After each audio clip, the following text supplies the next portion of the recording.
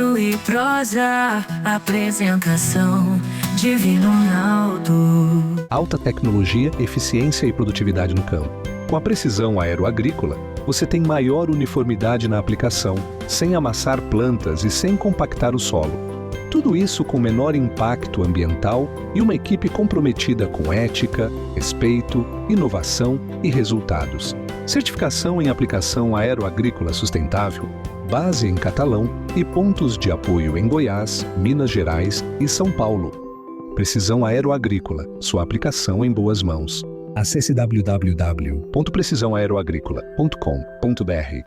Na minha vida, eu nunca vi uma crise na cultura do milho como eu vi esse ano em Goiás. Andando pelas lavouras aqui no sudoeste goiano, olha que eu estive em vários municípios, eu fiquei horrorizado com o que eu vi. Plantas que mal cresceram, espigas pequenas, mal formadas, muito produtor rural reclamando. Vamos entender um pouquinho o que aconteceu esse ano, nessa safra aqui no estado de Goiás. Eu vou conversar com o Valmir Assarici, que é coordenador técnico do Rally da Safra, e o tema será Relatos do Rally da Safra sobre a situação da segunda safra do milho em Goiás. Valmir, prazer receber você aqui, seja muito bem-vindo. Prazer é o meu, Divino. Tudo bom? Cara, bom não tá. Poderia estar melhor, né? Se todo mundo tivesse colhido bem, tivesse todo mundo satisfeito, todo mundo a essa hora feliz da vida com a situação, mas muitos produtores tiveram perdas muito grandes. Vocês fizeram um fechamento agora no dia 24, soltaram um relatório e a gente vai falar um pouco hoje desse relatório. Eu já vou começar colocando alguns dados aqui. Esse relatório, ele aponta que o alongamento do ciclo da soja empurrou 46%. Gente, presta atenção nesse número, 46% do plantio de milho em Goiás para o mês de março. Valmir, como é que esse atraso inicial calibrou as expectativas da equipe técnica logo na largada do Rally? Divino, você colocou muito bem, né? O estado de Goiás, assim, quando a gente comparar a relação de milho, a produtividade de milho em relação a outros estados, é o estado mais afetado. E esse calendário mais tardio foi um dos principais fatores. Não foi o único, que a gente vai, ao longo da conversa, que eu posso trazer mais alguns fatores, como, por exemplo, as chuvas, que a gente vai explicar um pouquinho melhor. Mas o calendário foi o primeiro deles que contribuiu para essa redução do potencial. A gente saiu com um percentual de lavouras elevado, num risco de calendário maior, e aí depois veio a contribuição negativa com o clima, né? Diferentemente do como foi o ano passado, também tivemos um plantio mais tardio, mas o prolongamento das chuvas não trouxe essas perdas que a gente viu esse ano.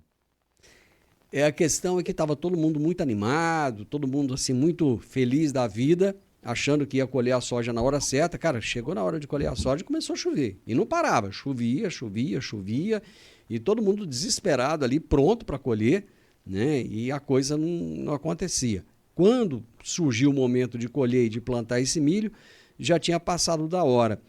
Então, houve uma retração, segundo o relatório de vocês, de 5,9% na área plantada do milho nesta segunda safra.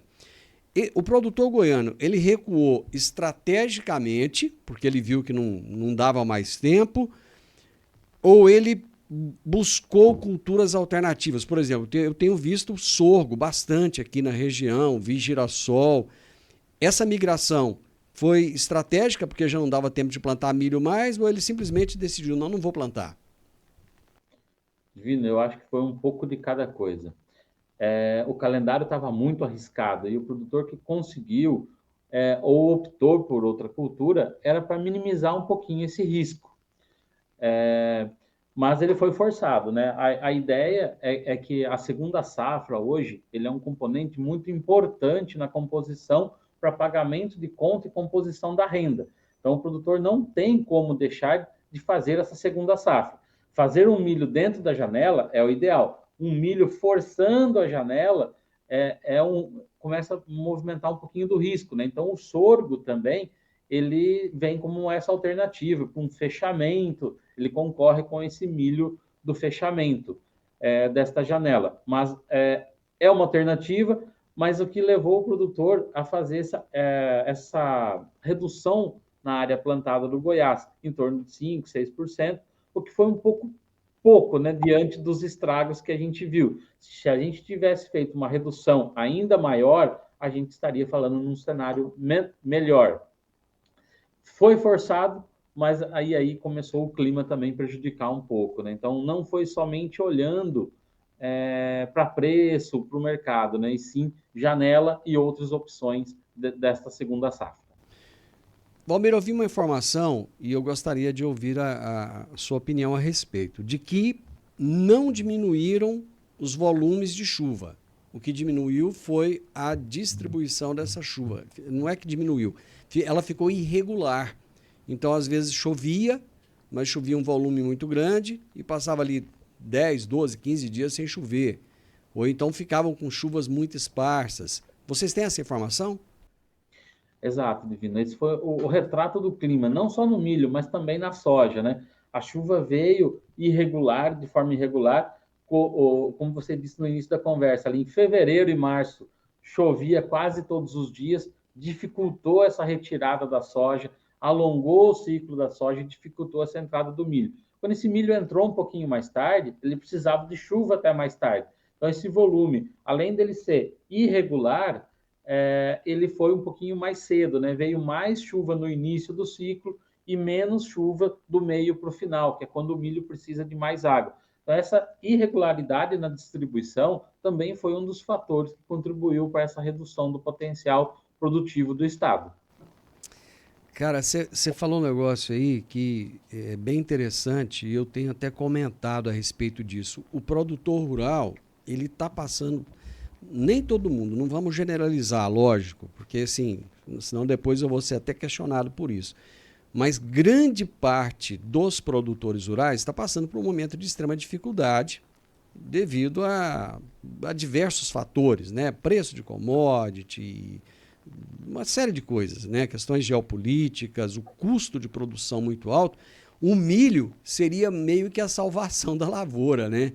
Então, ter uma boa produtividade de milho e podendo vender esse milho a um preço interessante, seria a possibilidade do produtor amenizar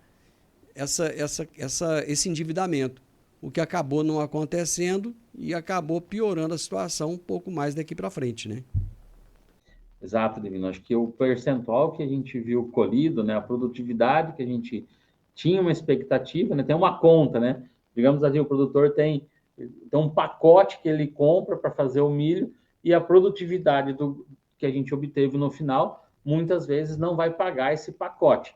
O Goiás, o que chama atenção ali, a gente vai falar adiante, né, que a gente fechou ali 83 sacas para o estado, 83 é a média, mas a gente viu desde 0 sacos até 180 sacos.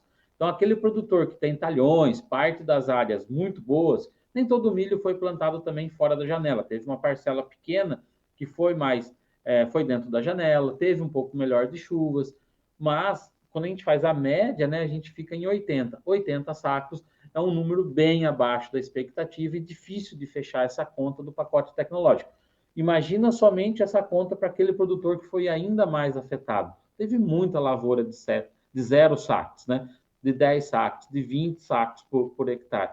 Então, assim, a conta não tem como a gente estabelecer, não foi uniforme, não foi uma única região. A lavoura foi bastante irregular, as chuvas foram irregulares. Então, um talhão foi bem, o outro não foi. Na média, 83. Mas dentro dessa 83, teve muita desuniformidade. A gente tem produtores que não vai conseguir cumprir os seus contratos, não vai fechar a conta para ele, e tem produtores que vão conseguir cumprir os contratos.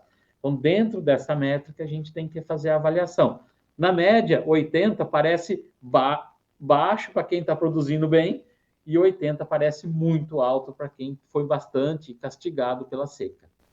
Tem alguma região do estado que vocês observaram que a situação foi pior? Porque o estado de Goiás é grande, né? Muito grande, tem muitas regiões diferentes, né? Gino, a gente faz o monitoramento do estado como um todo, mas a gente centraliza as amostras do rally mais no sudoeste goiano, né? Certo. Mas a gente também acompanha, de outra forma, remotamente, as outras regiões. O estado inteiro foi manchado. Muito similar como foi em Minas. Também bastante afetado por essas chuvas irregulares ali de abril e maio, principalmente. Mas quando a gente pega o sudoeste, pelo potencial do sudoeste, eu acredito que foi um dos anos mais castigados. Lembrando muito aquele terrível ano de 15 e 16, né? Que veio aquele ano de El Niño, e aí o estado também teve números abaixo até do que a gente está trabalhando esse ano, mas também com um plantio tardio e também com o corte prematuro das chuvas. A diferença dessa irregularidade climática entre Goiás e Mato Grosso foi muito grande? Divino, eu diria que para você a chuva no Mato Grosso, ela também foi irregular. O Mato Grosso a gente pode dividir em duas situações principais. Região oeste do Mato Grosso e médio norte, aquela região da BR-163, é uma situação. Plantou-se muito cedo, plantou-se dentro do calendário a maior parte das lavouras. Ficou ali 5%, 6% das lavouras em março. Quando a gente comparar 5%, 6% com os 46% do Goiás, já surge a primeira diferença para o Mato Grosso, que é o calendário. Quando a gente olha aquela região sudeste, Primavera do Leste, Rondonópolis e ainda o Vale do Araguaia, a situação já não é tão boa quanto essas duas regiões. Tem mais milho entrando na janela de risco, como no Goiás. Então, uma parte do Mato Grosso foi muito bem, a outra parte a gente encontra essa irregularidade. De forma geral, choveu um pouco melhor. Um calendário melhor, com a chuva um pouco melhor, definiu essa estratégia do Mato Grosso. Mas mesmo dentro do Mato Grosso, a gente também tem essa irregularidade. Muitas lavouras com produção afetada e muitas lavouras produzindo praticamente um recorde. Então, a gente encontra vários cenários mesmo dentro do Mato Grosso. Foi mais regular, mas não totalmente regular para todos os produtores. Voltando aqui para o sudoeste goiano, tem algum estágio fenológico da planta que vocês acham que foi assim, mais penalizado pela seca? Divino, eu acho que o início do plantio ele veio dentro da realidade, choveu bem ali para implantação, né? Quando foi plantado, mesmo tardio, choveu bem ali no mês de março. Abril, a partir de meados de abril, começou a secar. Então, assim, quando o milho precisava de umidade, que é o primeiro grande período de umidade, que é o pendoamento, já começou a secar. Então, teve lavouras que pendoou com chuva, teve lavouras que pendoou no seco. A partir do pendoamento, vem o enchimento de grãos, florescimento, enchimento de grãos, e aí também o milho precisa dessa umidade. E aí a gente viu que algumas lavouras, né, parte significativa das lavouras, não recebeu nem chuva, nem no pendoamento e nem no enchimento de grãos, que é isso que você descreveu lá no início da nossa conversa. São espigas pequenas, ausência de espigas. Então, não recebimento durante o pendoamento e enchimento de grãos trouxe essa grande perda. Eu diria que essas duas fases foram as mais críticas, né? Que é onde representa o potencial produtivo, não pode falhar chuva e a chuva falhou. Então, essas duas fases foram as mais críticas. Bom, vamos lá. Você já adiantou alguns números, mas eu vou trazer aqui os números finais para o estado de Goiás. Uma queda de 34,6%. A gente estava falando uma média aí de 30%, mas chegou a superar. Chegou aí praticamente a 35% de queda na produtividade em relação à safra anterior. Caiu de 127 para 83 sacas por hectare. O Rally esperava um tombo desse tamanho, dessa magnitude, ou quando vocês chegaram aqui, vocês assustaram com a situação? A gente tinha a expectativa que já seria menor, principalmente pelo desenvolvimento, né? Um calendário mais tardio, já vai reduzindo o investimento, o produtor vai fazendo esse milho tardio, ele coloca um pouco menor de investimento. Então, o ponto de largada já era uma expectativa que seria menor. Só que quando a gente faz o início do rally, ali no mês de maio, a gente coloca um ponto importante. Precisava dessa chuva de maio. A chuva da virada de abril para maio não podia falhar.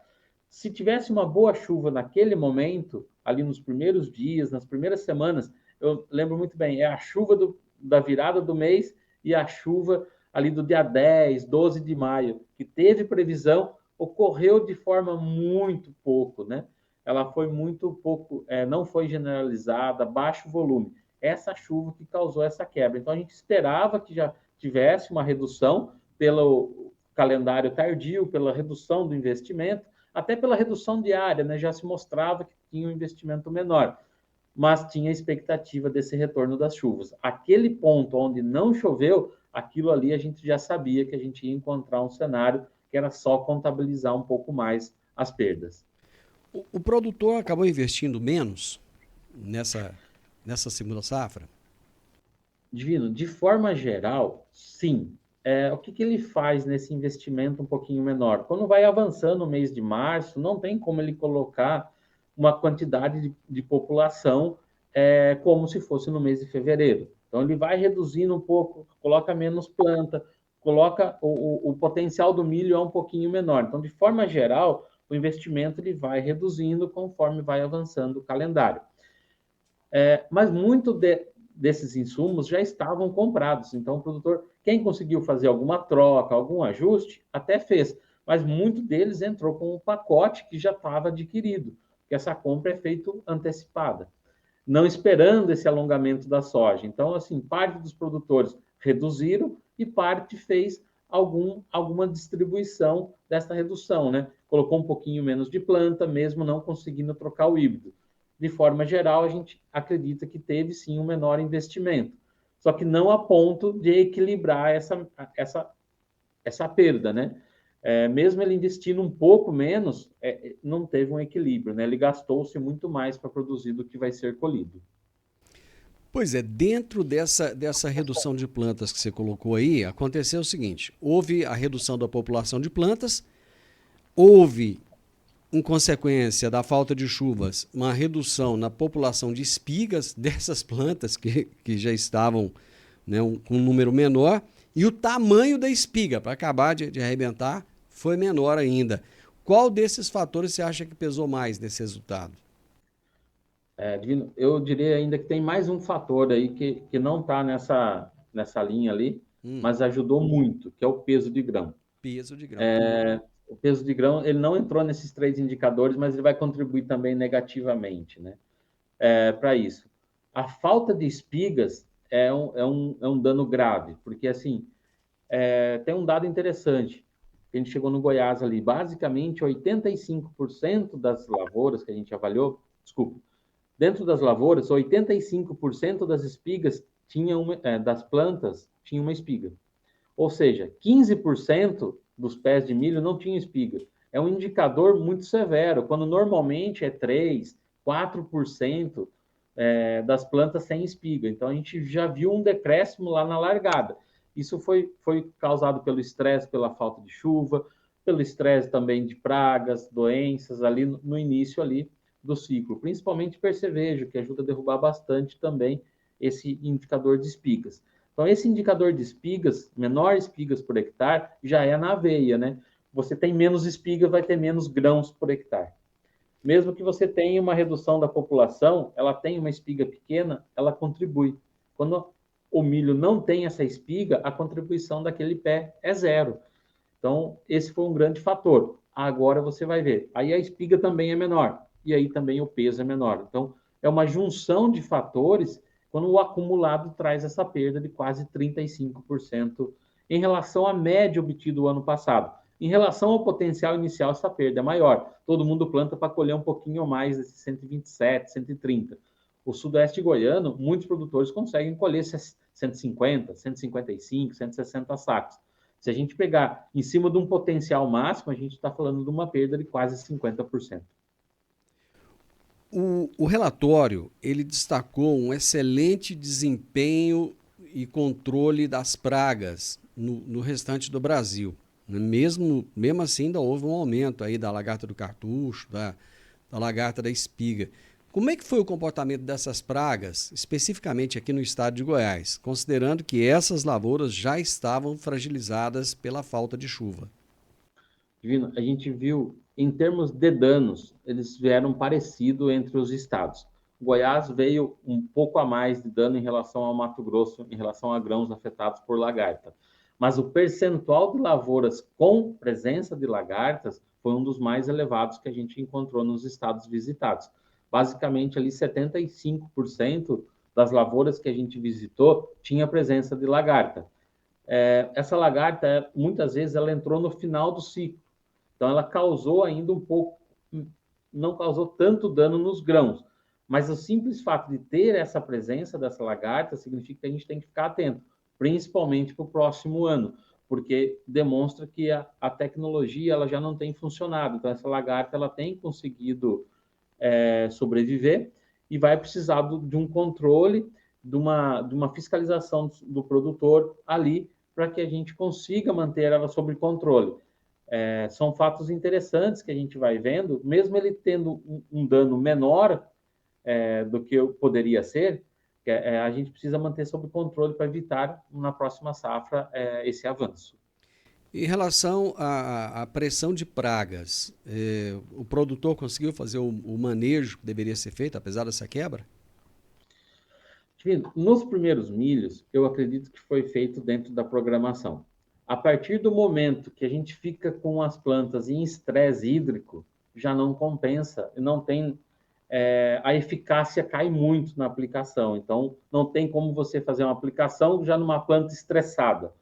Então, a gente acredita que é isso que fez com que o indicador de lagarta também crescesse, né? Mas o produtor, na medida do possível, fez um bom controle, fez o controle inicial, até quando choveu, até ali perto do pendoamento, dentro da expectativa, um bom controle. Na parte final, algumas lavouras perderam um pouquinho, poderiam ter um controle melhor, mas não por negligência ou porque o produtor abandonou ou não quis fazer o controle, e sim porque a planta já está estressada. Se você fazer aplicações, a eficiência é muito baixa. Então, nesses casos, a gente espera o retorno das chuvas, que não ocorreram, então por isso que esse controle não foi feito em alguns casos. Bom, para essas lavouras que foram plantadas fora da época, fora da janela, a média de produtividade foi em torno de 70 sacas por hectare, né? Quer dizer, para chegar nos 70 é aquilo que você falou, né? Teve gente que produziu 100, teve gente que produziu 0. Isso no recorte das lavouras plantadas fora da época. E o que aconteceu agora pode vir a acontecer novamente. Existe alguma recomendação técnica do Rally? Chegou na época do plantio, passou da época do plantio, você não conseguiu plantar. O que você faz? O que o produtor faz? Ele corre o risco ou ele recua? Divino, acho que o produtor, na essência dele, né, ele não consegue recuar tanto, né? A essência do produtor é produzir. A gente tinha um histórico muito curto, né? Se a gente pensar na safra passada, a gente também avançou com esse calendário de plantio. E choveu. Não tinha previsão, mas choveu. Então, assim, a gente avançou, choveu e deu tudo certo. Se a gente olhar esse mesmo gráfico que a gente coloca, essa redução nesse ano, o ano anterior, ela passou de 100 sacos, essas últimas lavouras, e deu certo. Esse ano não, o produtor também precisou arriscar, não porque quis, sim porque a soja veio alongando, foi empurrando essa janela do plantio, e ele entrou em março. Esse milho de março não choveu, então ele fez esse corte abrupto na produção. O que a gente tem que ficar de olho para o próximo ano é o calendário de plantio da soja. Se a gente conseguir uma boa estruturação, um calendário de plantio da soja mais avançado ou mais dentro do planejado, aí sim a gente pode pensar numa distribuição melhor para esse milho, né? É difícil de você falar. Aqui do escritório é muito fácil você colocar no planejamento. Entra no ideal, não entra no ideal. Mas aí no campo a gente sabe que o dia a dia é diferente, né? Você planeja entrar num talhão, naquele talhão não chove, você tem que começar pelo outro. Então você vai fazendo isso. Mas o que a gente queria trazer de recado para o produtor é que ele vai ter que sentar e fazer conta, né? Até quanto vale esse risco?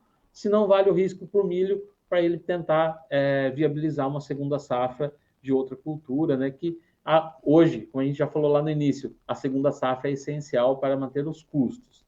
E tem um item, Divino, que eu acho que a gente tem que começar a falar para o próximo ano. A gente está entrando num ano com o El Niño vem ganhando força, né? Então, provavelmente nos próximos meses a gente vai ver a consolidação desse efeito e aí a gente vai ter que ver o quanto vai afetar o calendário da soja. Se a gente já começar com o calendário da soja extremamente tardio, entrando mais tarde, provavelmente vai afetar o calendário do milho. E no ano do El Niño se confirmando, a gente tem que ficar bastante atento, porque a possibilidade de mais um ano de corte de chuvas precocemente é bastante viável. Você colocou um ponto aí, para mim, fundamental. É fácil, né? Você está aí no seu escritório, eu estou aqui no meu estúdio e a gente está fazendo uma análise aqui.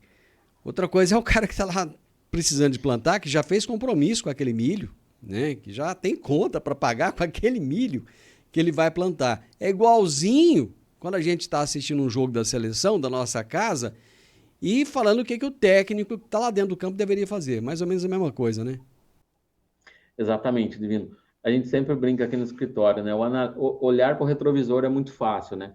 Se todo produtor soubesse que a chuva iria cortar, ele não teria avançado com o plantio. Então, aquela redução diária de 5%, 5,9%, ela seria bem maior.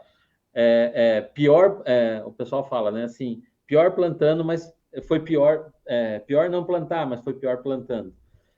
Essas comparações são interessantes, né? Quando a gente olha números consolidados, é mais fácil. Então, assim, o que a gente traz de tendência, né? Como o que a gente observa aqui no Rally, que é um ponto importante. Olhar essa tendência de chuva, olhar essa tendência de El Niño, são recados importantes. Dá para tomar a decisão 100%, falar não planta ou vai plantar? Daí cada produtor vai ter que fazer a sua conta. Na essência do produtor, o que ele sabe fazer é plantar. É muito difícil eu chegar e falar para ele, não planta, ele vai falar, mas é isso que eu sei fazer, é isso que eu preciso fazer, é isso que eu preciso para pagar as contas. O que a gente traz é fazer dentro de um risco calculado. A queda a nível nacional foi de 7,8. Goiás foi 34,5, Minas Gerais foi 22,2. Você acha que esses dois estados foram os responsáveis por essa baixa de 7,8? Se não fosse o resultado de Goiás, tivesse sido menos, Minas menos também, a gente poderia ter tido um resultado melhor a nível de país?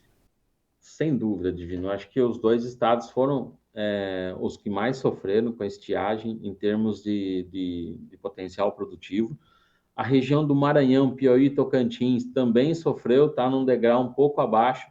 Naquelas regiões, a gente teve mais reduções de área, inclusive, do que no Goiás. O produtor não quis correr tanto o risco nas regiões, porque já se sabe que essas regiões, anos que corta a chuva cedo, tem o calendário muito tardio, as perdas são maiores. Mas sem dúvida nenhuma, a gente viu praticamente todos os estados, em relação ao ano passado, um pouquinho abaixo, porque o ano passado foi muito bom. Mas se não fosse essa forte redução do Goiás e Minas, certamente a gente estaria falando numa safra maior do que a gente se fala hoje. Valmir, eu acompanho o trabalho de vocês, do Rally da Safra, cara, acho que desde o início. Tem muitos anos que eu acompanho, já entrevistei o André, nossa, nem sei quantas vezes, pessoalmente, nas feiras onde eu tô, em estúdio eu acho que não, em estúdio nunca entrevistei ele não, mas remotamente várias vezes, já conversamos muito. Vocês entraram forte no milho e essa foi a maior etapa de milho da história do Rally, com 750 propriedades visitadas, 22 mil quilômetros rodados. Cara, me conta desse desafio logístico aí, como é que foi? Divino, a gente sabia que a safra estava muito irregular desde o início, né? Então a gente vem monitorando essa safra desde o plantio. Aqui na AgroConsult a gente é bem conhecido sobre divulgar os números de safra, tanto na soja quanto no milho, né, em alguns momentos diversificados. Mas a nossa equipe aqui fica acompanhando a safra semanalmente. Então a gente sabia que desde a implantação dessas lavouras, ele já estaria com o desenvolvimento dos uniformes. E é por isso que a gente aumentou essa nossa performance no campo. Porque a melhor forma da gente fazer e melhorar a nossa avaliação é fazer mais lavouras. Então, foi por isso que a gente dedicou mais tempo no campo para a gente trazer ajustar esses números, né, da melhor forma possível. Cara, a quantidade de dados que vocês têm aí na AgroConsult é um negócio absurdo. Eu fico impressionado. Se for pegar o histórico que vocês têm, tanto da soja quanto do milho hoje, né? Cara, isso é sensacional. Acho que poucas empresas conseguem ter um histórico desse e poder trabalhar com esse histórico. Então, baseado nisso, e vendo toda essa situação. É como você disse, você aí do seu escritório, eu aqui do meu estúdio, né? Eu te pergunto, qual a lição que o produtor rural pode tirar dessa safra 25-26 para o ciclo 26-27? Tá. Divino, eu acho que são algumas lições que a gente pode tirar. A primeira delas é que a gente a gente tem que respeitar a janela de plantio e os riscos de cada cultura, né? Então, acho que esse é o primeiro ponto. A segunda recomendação que a gente pode ter ali é que a gente tem que fazer conta, né? O quanto vale esse risco, né? Dessa segunda safra, em termos de milho fora do calendário. Outras opções, fazer conta das outras opções. Eu acho que até alguns anos atrás a gente não tinha um mercado tão desenvolvido para o sorgo, a gente não tinha um mercado tão desenvolvido para o gergelim. Então tem outras opções que vão surgindo. Todas elas consegue substituir o milho? Não, mas uma parte da área a gente consegue sim fazer essa absorção, principalmente nas áreas de maior risco. Acho que a grande lição que a gente tira é a questão do risco, né? E por que o produtor toma esse risco? Vocês podem me perguntar, então, Vamir, ele toma o risco porque ele quer? Não, porque ele precisa. Essa segunda safra, ela é um componente muito importante para fechar os custos. A gente veio de uma safra de custos elevados, margens comprimidas, reduzidas ao longo do ano, custo de produção crescente. A gente está vendo agora uma formação do próximo ano, né? Vamos pensar um pouquinho no próximo ano. A gente está vendo custos elevados, fertilizantes, além de estar caro, né? O fertilizantes aumentou de preço, também tem uma oferta mais restrita. Então, o mercado subindo e com o preço não respondendo a esses aumentos. Então, a gente está vendo o produtor com margens mais apertadas. E esse apertamento das margens faz com que ele precise de uma segunda renda. A segunda renda, e aí o produtor acaba arriscando nesses momentos, né? E o momento que dá tudo certo, ok, mas o momento que não dá certo, aí ele piora um pouquinho a situação. Eu considero ali fazer uma analogia, né? A segunda safra como se fosse o produtor fazendo o funcionário saindo de um emprego e ele fazendo um segundo turno, né? Então é o produtor que ele não consegue mais pagar todas as contas com esse primeiro turno, com essa safra de verão. Ele precisa da segunda safra para ajudar a custear o custo fixo, para ele ajudar a pagar o arrendamento, para ajudar a pagar as despesas operacionais, e aí ele acaba arriscando nesse movimento. Eu acho que um último ponto que a gente precisa de colocar aí, acrescentar, assim como o produtor no passado não via o milho como esse complemento de renda, era só mais uma agregação que tinha ali e o milho acabou tomando o protagonismo que tem hoje.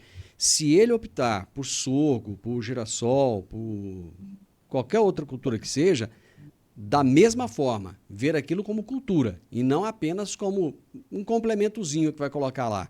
Porque se ele vê como cultura, se ele fizer tudo que tem que ser feito da forma como deve ser feito, com certeza, independente de ser milho ou ser outra coisa, ele vai conseguir ter bons resultados, né, Valmir? Perfeito, Divino. Acho que é isso mesmo. Essa contribuição da segunda safra é muito importante. Um outro ponto que a gente pode destacar, que vem nisso, né, é o consumo dessa segunda safra, né? Até alguns anos atrás, a gente dependia exclusivamente de exportação e o mercado de carnes. A gente tem um mercado novo, o mercado do etanol. O etanol tem sido uma crescente nos últimos 5, 6 anos, vai continuar crescendo e tem absorvido parte desse milho. Então, faz com que também esse mercado ele retorne um pouco mais, tenha preços melhores, e isso também estimula esse mercado a crescer. Então, é muito importante a gente ficar visualizando, né, o movimento futuro, o quanto a gente vai ter de estoque, o quanto vai ser o preço futuro e o quanto a gente vai ter de calendário para cada cultura. Acredito que a gente tem um desafio importante ao longo aí de 2026 ainda. A gente tem um consumo crescente do milho, mas a gente ainda tem bastante estoques. A gente precisa ter uma exportação. As nossas estimativas, ela trazem uma redução na exportação, mas precisa sair muito milho. Até o momento ainda não está saindo esse milho, né? Não está sendo contratado essa exportação. Se a gente não tirar esse milho, a gente vai ver grandes estoques e ainda pressionando os preços para o próximo ciclo. Então, tem passos importantes para a gente ir acompanhando nos próximos meses, que a gente precisa verificar o quanto a gente vai conseguir exportar, o quanto realmente o consumo vai conseguir absorver, para a gente ver qual é o estoque e quais são os preços do próximo ciclo. Amigo, conversar com você é bom, porque você tem bala na agulha. E é bom conversar com gente que tem bala na agulha, porque a gente aprende muito. Valeu demais, obrigado, viu? Eu que agradeço, Divino. Aí a gente fica à disposição. Nas próximas atualizações ali, a gente fica à disposição para participar mais uma conversa contigo. Eu quero sempre conversar com você. Gente, eu sou fã do trabalho que o pessoal da Agroconsulto faz com o Rally da Safra. É impressionante. O nível de qualidade, o nível de profissionalismo que eles têm é fora da curva. É coisa de gente grande, realmente. Eu conversei com o Valmir Assarice, que é coordenador técnico do Rally da Safra, e falamos sobre os relatos do Rally da Safra sobre a situação da segunda safra de milho em Goiás. Gostou da prosa? Mete o dedão aí, deixa um gostei pra gente, compartilhe com outras pessoas, deixe comentários para nós, conte como é que foi a situação na sua região, deixe um comentário aí e se inscreva no nosso canal. Grande abraço para todos vocês e até a nossa próxima prosa. Tchau, tchau. O podcast AgriProsa tem o objetivo de falar do agronegócio de forma fácil, simples e descomplicada. Diariamente conversamos com os maiores atores do agro e abordamos os mais diversos assuntos de interesse de produtores rurais, técnicos, pesquisadores, profissionais da área e simpatizantes do agronegócio. Se você gosta do nosso podcast, então você pode nos ajudar. É muito simples. Basta seguir-nos nas principais plataformas de streaming e também no YouTube. Se você deixar um gostei, compartilhar os episódios e deixar um comentário, já vai nos ajudar muito a dar relevância tanto ao podcast quanto ao canal. E o mais importante de tudo, nos siga para receber notificações de novos vídeos e episódios. Um grande abraço para você e até a nossa próxima prosa.